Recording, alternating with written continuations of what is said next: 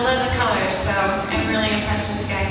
And I'm so excited to be here today with you guys for a couple reasons. One of them being that tomorrow is April 27th.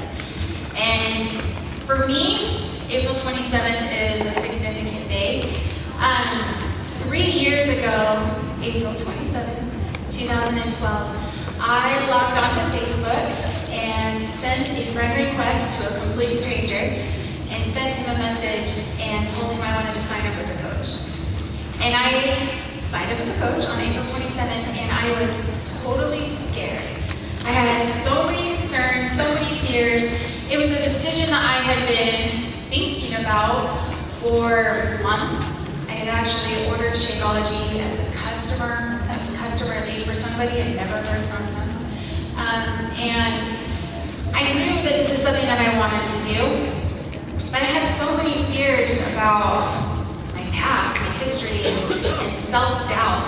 And I'll be honest, I did not want to be the shake lady.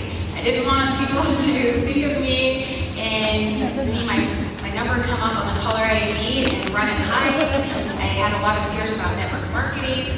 I'm from a small town in Idaho, Idaho Falls.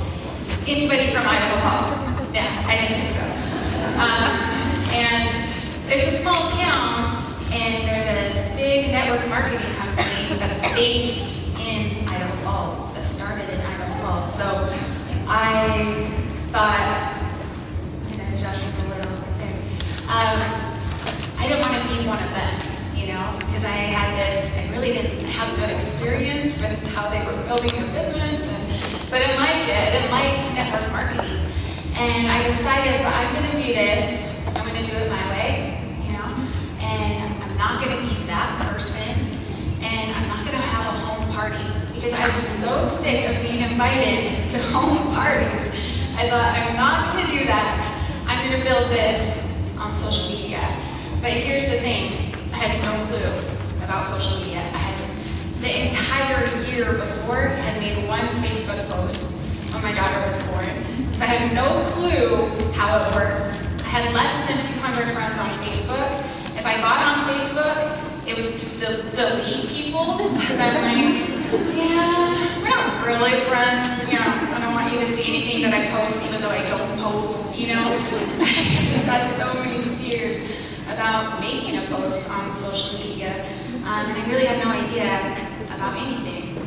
So I was willing to learn. And so this presentation and what I'm going to share with you guys today is what I have done. This is what has worked for me. And I loved what Trina said, that there's 100 ways to skin a cat. You're going to find what works for you. And I encourage my coaches to look at this and look at what I share with them and make it their own.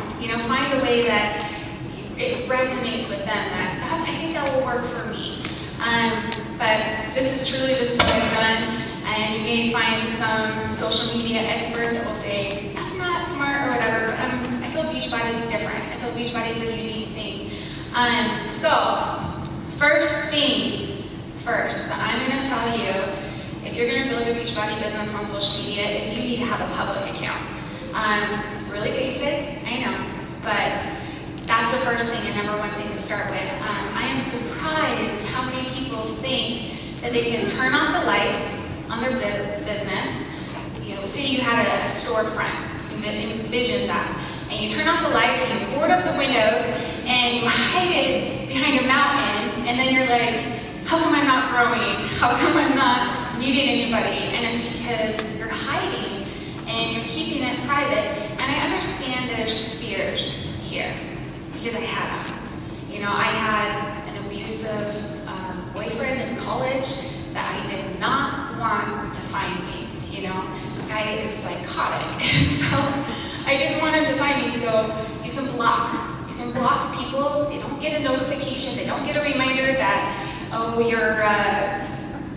this person blocked you. They don't know. It just looks like you don't have a Facebook account, okay? So you can block anybody that you don't want to find your account. You can go through and delete photos if you have, family photos that for some reason you don't want everybody to see. I created a private blog for my family, where I could keep in touch with grandma and grandpa that way and keep in touch. But this is your business tool, and you just have to know if you want to build your business on social media, you need to have a public account. The other concern that I've run into is with military or police, people who are concerned for safety reasons. It's a family issue, definitely pray about it, decide with your family. One thing that I have seen some coaches do is that they've used an alias last name or an alias first name. So, for example, Brigitte Linford is not her real last name. Her husband's in the military, and it's for safety reasons. She just doesn't use her real last name on social media. Barbie Decker, her real name is not Barbie, and because she's a teacher, and she didn't want her students finding her social media account at the time when she started. So there are options, but I'll tell you that I do feel that, in my personal opinion, is a kiss of death if you're going to keep a private account. Second thing I want you to do, so I'm going through 10 things to build this business. Some of them are really simple, and other things you're going to have to kind of chew on a little bit. Second thing is I want you to be aware of your Facebook profile photo, okay? I do not want to see a picture of your kid as your profile photo. We love kids, we love pets and animals, but that is not who you are. If you're going to build on social media, you are your brand. I want to see your face because that is what I connect with. Group shots where I don't know which one you are, don't do that, okay? You can't have a picture of the bag of Shakeology or anything Beachbody. If Beachbody need an image, don't use it, okay? That's for them. I'm just going to tell you, make everything your own. And use a picture of you that's a well-lit photo of you. I'm from the West Coast, and over there's Sears. And you can go there and they send you mailers, and you can go get a free sitting and get a headshot if you wanted to for free. And get a professional photo. So it's not hard. Or share your transformation photo if you like.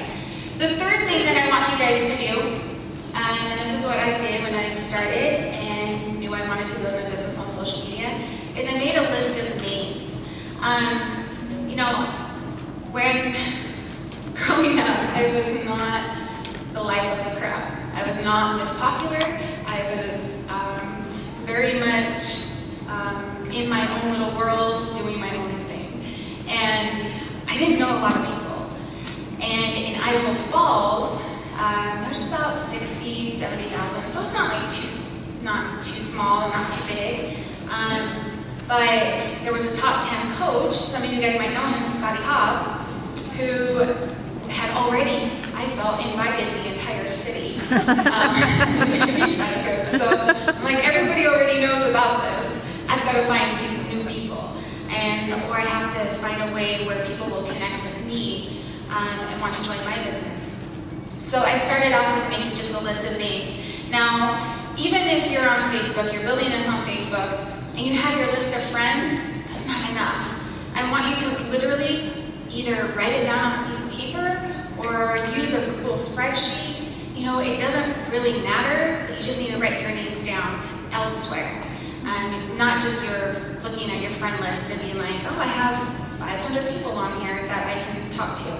The reality is some of those are probably Beachbody coaches or people that you are never going to talk to you about this. So I want you to make a list of names. For me, at the beginning, it was just in a composition book, and you really don't overthink this. I just wrote down every single person I could think of, and now I use a Google spreadsheet, and I do it online. But whatever works for you, and whatever you're going to be consistent with, I just want you to write a list of names. And with this, what you're doing is, for me, I just engaged with people and would send them a conversation, or try to engage in a conversation with them, and send them a message, or like and comment on their posts. And I would mark when I was starting to do that. And so I had to really work on strengthening new relationships and talking to new people. And I would check that off on my list. When I had it written down, I'd just put a little dot next to it. And then when I actually invited them, I did one check mark, and then if they joined my business or my challenge group, I crossed out their name because they're on. But every day with your list of names, the idea for me, when we talk about the invite behavior, to me that means that every day I'm adding someone to my list, and every day I'm getting someone off of that list, okay? And that kind of leads to my point number 4, is that you need to engage with new people daily. Reach out to people and just like and comment on their posts. I mean, I really feel that we overcomplicate this business so many times, and it just comes down to you just need to talk to people, and just engage with them, but keep this on that human level, that you're dealing with people, and you're dealing with people who have a history and have a story, and this is a scary thing for people to talk to you about their health and their fitness.